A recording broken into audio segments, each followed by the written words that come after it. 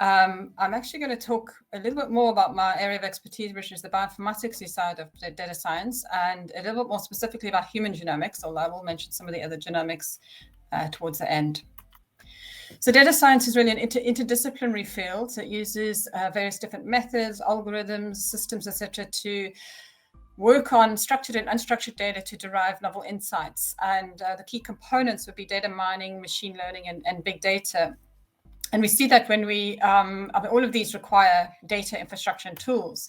And if you look at the genomics workflow, the data side of genomics really covers every aspect of the workflow, from the data collection, when you're looking at CRFs collecting data from patients directly, from wearables, environmental data. Then there's data generation from samples, perhaps people doing genome sequencing or other omics experiments or taking measurements on blood. All that data needs to be transferred, curated, stored somewhere. It needs to then be processed, analyzed, and interpreted, and then potentially downstream integration and further knowledge gain to translate that into some real health benefits. So there's a serious data infrastructure that's required to have this working smoothly. We need data transfer protocols, standards for moving and for analyzing data and curating data, storing it securely, making sure if it's human data that it's encrypted and secure and protected, having the amount of compute required to analyze the data, and including obviously the tools and the workflows. And so this all comes with a desperate need for data-related skills. And it's not just the bioinformaticians to analyze the data, it's the IT people, sysadmins to manage the workflows, and then the data infrastructure, the computing infrastructure, and then the curators. So what do we have in Africa? So on the data science side, I mean, I'm the first to admit that I haven't really looked at in terms of the broad definition of data science and what there is in Africa. There are various institutes, like there's Data Science Africa, and I've provided the URL there. We have the African Open Science Platform, which is looking at enabling data science and open science in Africa, and that's very broad, from biology to environment to astronomy.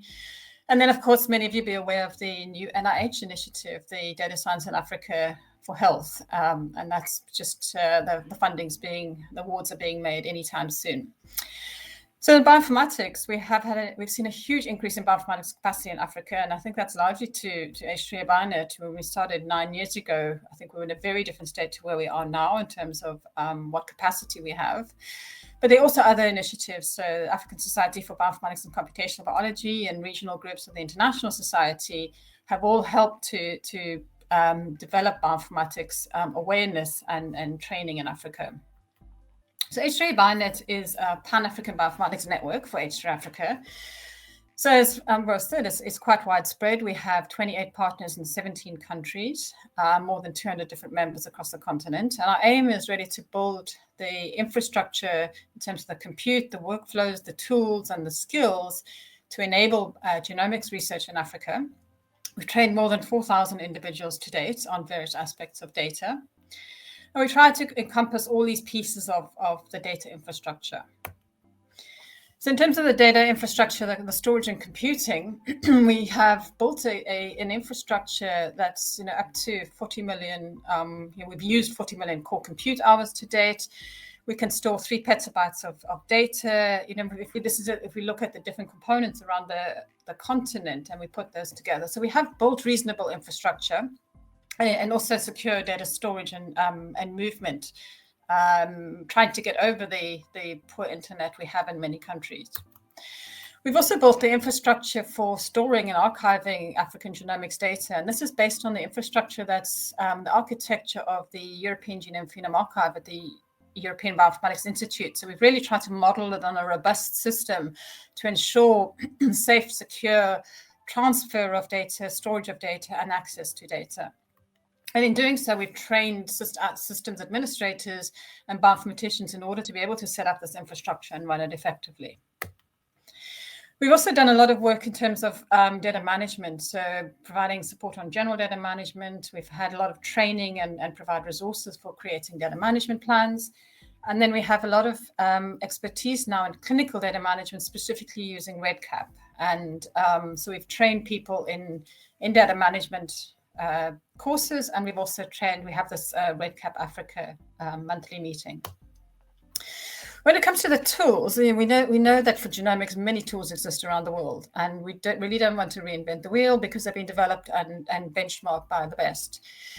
So what we aim to do is think about, well, which of these tools are best suited for our data, and where there are gaps is to think about either improving on existing tools or creating new tools.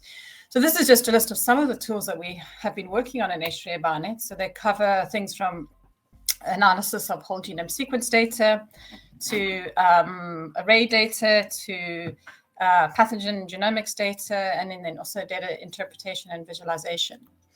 And again, we have a training component in here. So we run hackathons to develop these tools so that we have an interdisciplinary environment for our developers to work alongside experts and alongside the biological users.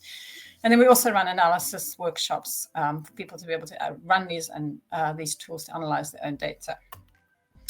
So just looking at how we try to improve the tools for African genomics. If we look at NGS data, the steps are align to reference, call the variants, and do some variant annotation. So what we're trying to do is think about how we can improve the reference and how we can identify the best variant calling tools, and I'll talk a bit about those two in detail. When it comes to arrays, obviously there's a choice of array. We've developed the H3Africa array, which is better suited to African populations, but we're also working on what is the best imputation tool, what is the best reference panel. And then for variant prioritization, it really requires access to African data as well as access to global data. So we're trying to provide all this data in a much easier to access format. So starting with the reference genome. So we know that the current linear reference genome is a bit biased and not diverse enough to cover particularly African populations. And we know that the extent of genetic diversity in Africa is extensive. And so the reference genomes are really not complete and not do not have good African representation. So in a study by Sherman et al., when they looked at the pan-genome, and this was on African-American genomes, they found that 10% of the African genome was missing from the reference, and there are many important protein coding genes in this. So in H3A Bionet, we've got this pan-genome project where we're trying to do two things. Number one is to build a pan-genome like they did in the Sherman paper, but with as many sequences as possible from the African continent. And for that, we're building then we're building reference graphs.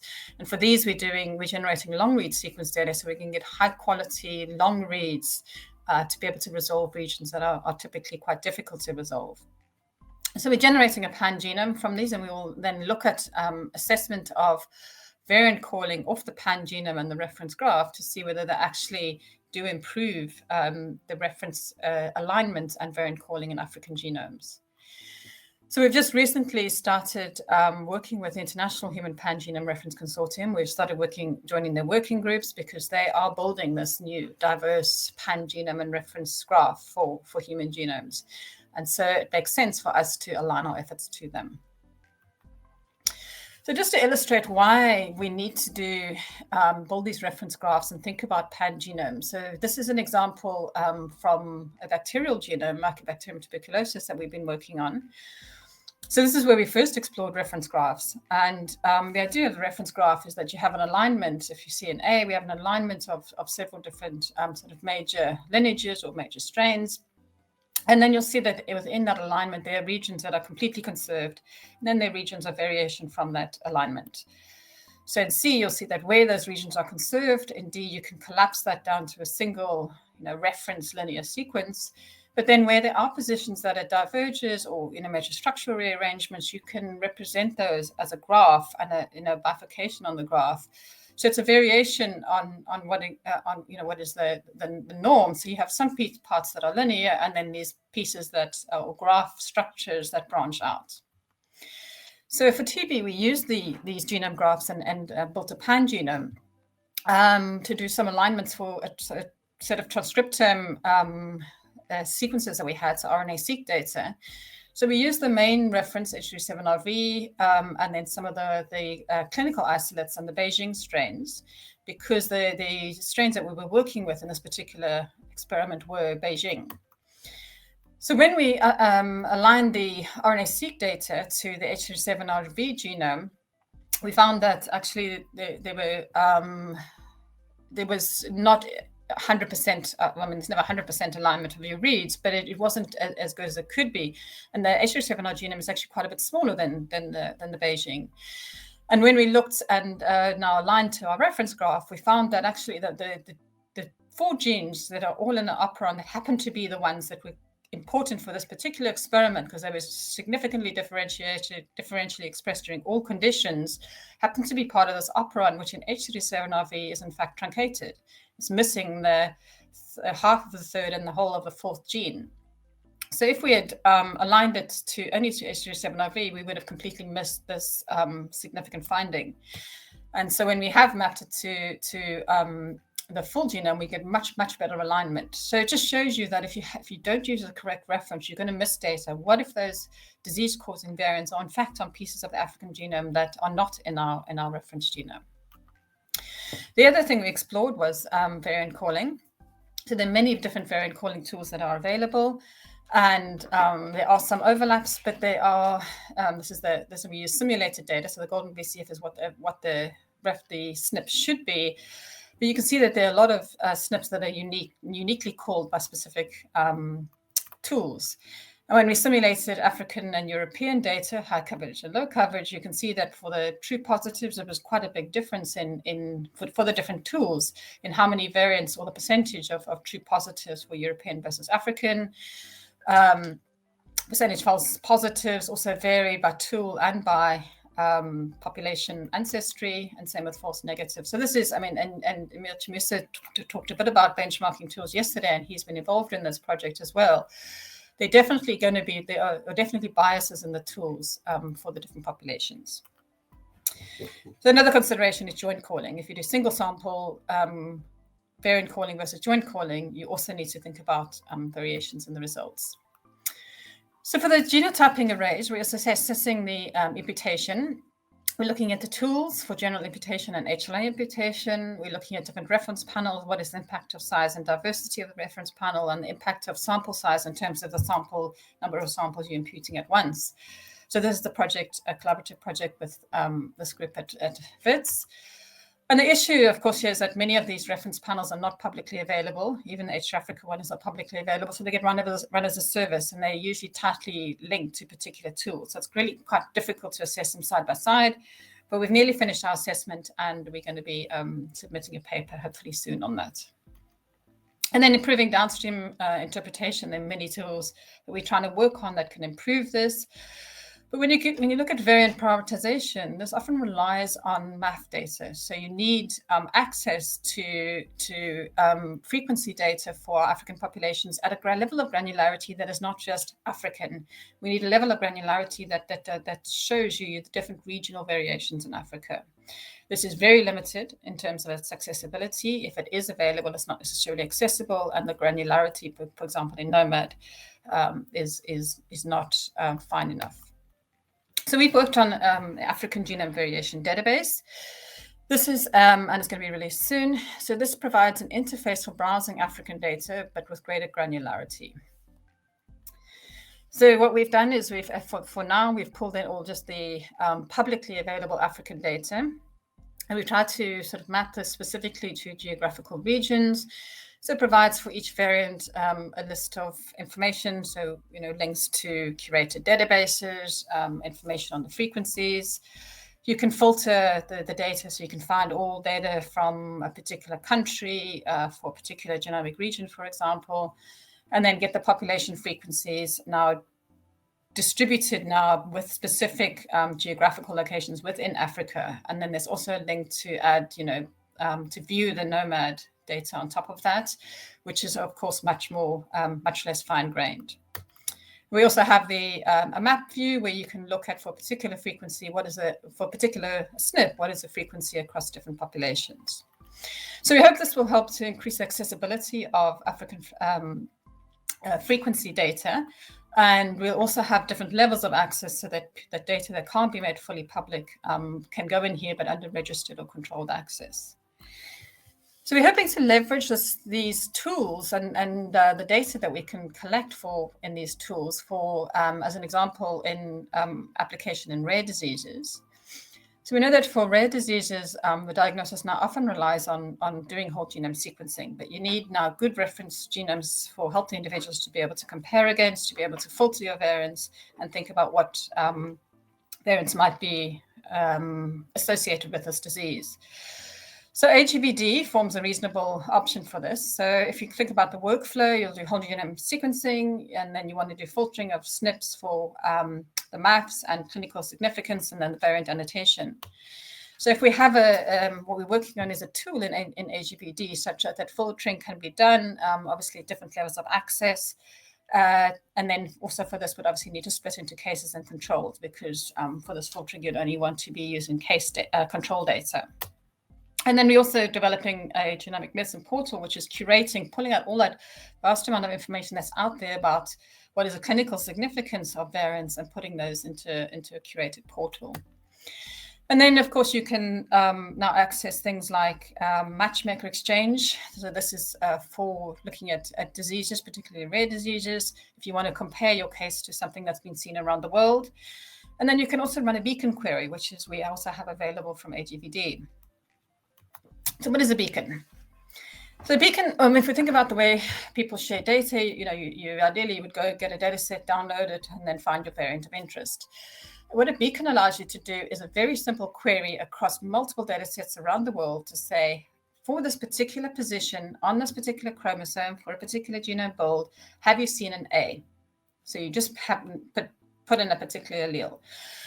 The beacons then go around and search all the data sets around the world and come back and say, on the picture on the right here, you say for these data sets, 1,000 genomes, etc., the result is either yes or no.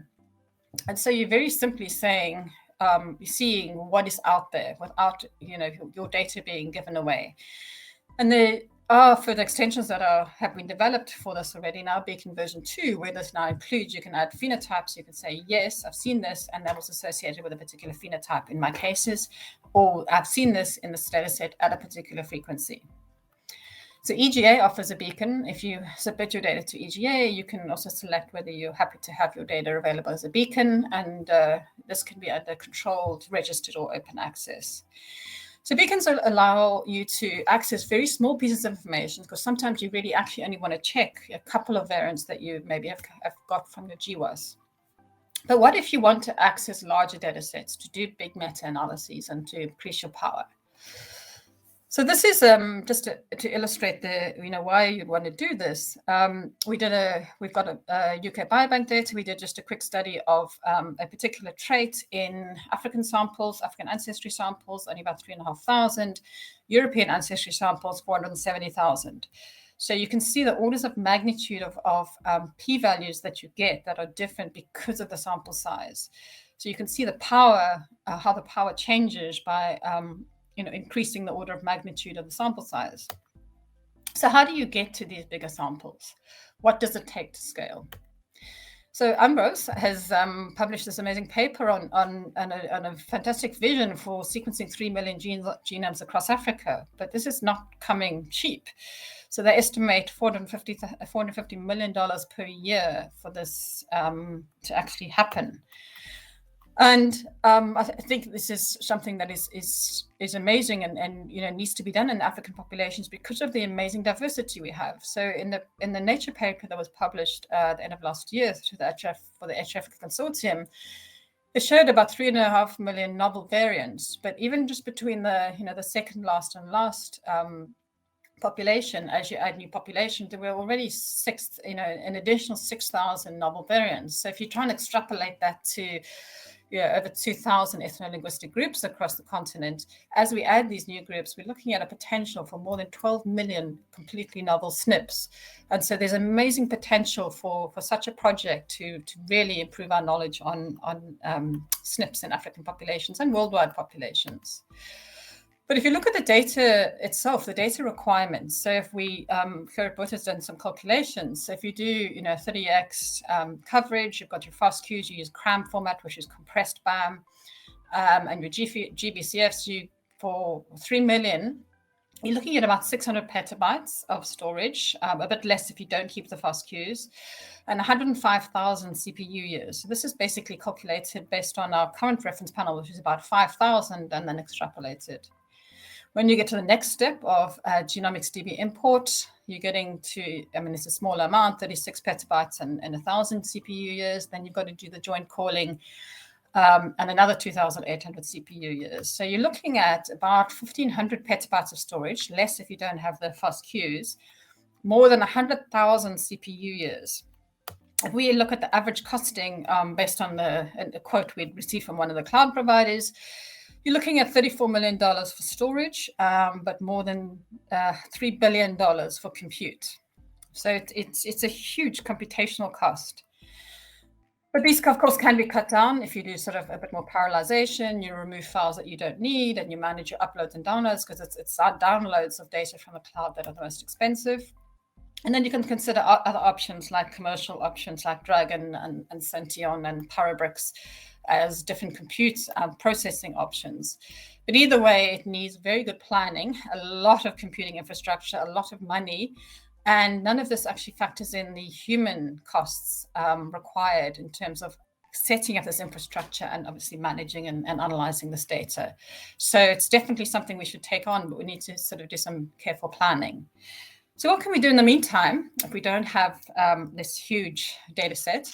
We can think about using existing multiple data sets. And we do know that there is African data around there, but it's all sitting in silos. And so you want to pull those together to be able to make inferences. So we know that there's a massive power in sharing data sets, but this requires findability of data sets. We have the H-Africa catalog, which shows you how to find the H-Africa data sets, and the International 100,000 Cohorts has built an atlas to find additional cohorts that are existing around the world. You need harmonization of the data. So in H-Africa, we're doing a lot of data harmonization. So we're building standards. We've built standard CRFs with the H-Africa Phenotype Harmonization Working Group. These are all mapped ontologies to make the data interoperable. And we're working on algorithms for actual harmonization of the data. There are additional metadata harmonization efforts around the world. So I'm involved in the Seneca project, which is looking at cohorts across 3 continents. And there we built a minimum metadata model. And from that, they've actually developed genomic cohorts knowledge ontology, which maps out the metadata for cohorts. And this has been used to actually populate the IHCC cohorts atlas. And we've mapped the H-Africa metadata to Gecko. But there are also other projects like European Beyond 1 Million Genomes, like a big continent that now wants to share data across borders where it can't potentially move. So the other thing about using different data sets is what are you allowed to use the data for? And GF4GH has developed the data use ontology, and we've mapped the data sets to that. So what this enables you to do is to say, this is automatically to be able to query data for what you're allowed to use it for. So for example, find all data sets that I can use to study cancer, and I'm a commercial entity. And so we have the over 200,000 data sets around the world that have been annotated, and some of the H-Africa data sets too. So the next step is thinking about federated data analysis. And now you've got these, you know what you can use it for. The data are sort of harmonized, but how do you really access and analyze data? And in many cases, and even with the 3 Million Genomes Project, is it going to be that these data sets actually need to stay within their national borders, even though they can be shared? So you need to have a scenario where you can visit the data rather than download and take the data. So Seneca's tried to look at this by building standards for discovering the data in the first place, authorizing particular people to use those data sets through these access committees, harmonizing the data to make sure once you have access, then you can actually compare the data, building the tools to do the analysis, and then having this all designed within a suitable LC framework. And of course, GF4GH standards are used for that. So how does this practically work for researchers? So researchers got their own data set, but there are many other data sets sitting in, behind walls across the globe. So and these are indexed in a catalog that's geomapped. So the user will find the data sets that they want. They'll then request access to the suitable access request, the DAC. They'll get access. They'll be authorized. They send their tools to each of these pieces, all these data sets sitting around the world. And then all that comes back is the results. So no data has to move, just the results, and then they can do the analysis. You can also tools now to be able to extract pieces of the data. So if you just want chromosome 6, for example, and ideally you'd want actually these data sets to have a public component where summary data already, and then you can just access that. So we're thinking about this within a single framework in Africa. So, the idea is that you have all these data sets, if that scenario before was when they're sitting in different places, but what if we could have them all in a single framework? And then you have a user workbench. The user comes in, they log in, they find the data sets they want, they get their access, they find the tools they want, they send the tools to the data, and they run everything on the cloud computing. So this infrastructure actually exists. So Terra is at the Broad Institute, implements this kind of system, and it's been used for high-profile projects like All of Us. So we think this is a good model for African data, and we propose it actually for the NIH-DSI Africa Open Data Science platform. So once you have the data, obviously the data are bigger and more complex. You've got all sorts of different kinds of data that you can link to. And so we need to start thinking about implementing these real data science tools. So machine learning is not new to bioinformatics. There are many different applications all across bioinformatics and how machine learning has been used. And if you look at genomics, it's a particularly good use case because you've got hundreds of cell types, 3 billion possible positions for thousands of participants, hundreds of biochemical measurements that can be made. And you can use deep learning to understand these, to build predictors, to identify potential drug targets. So you can use these to do diagnosis and accelerate drug discovery.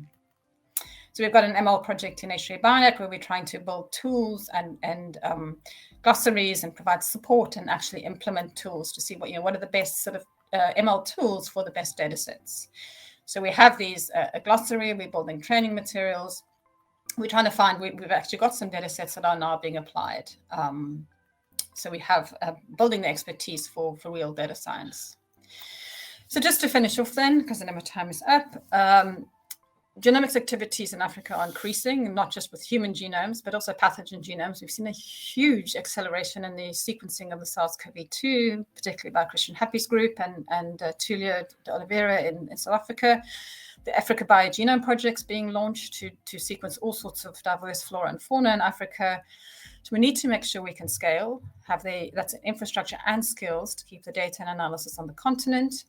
We want to be able to develop platforms for responsible data sharing, embrace data science technologies so we can really do downstream interpretation and integration of data. And I think Africa has the necessary foundations. I think through what we've built over the last 9 years, we really have a solid base to be able to embrace this. And then the new initiatives, obviously, that are going to really push this is the NIH-DSI Africa. So with that, I'd like to acknowledge the H3 Africa and H3Bionet Consortium and colleagues on the Seneca project. And thank you for your attention.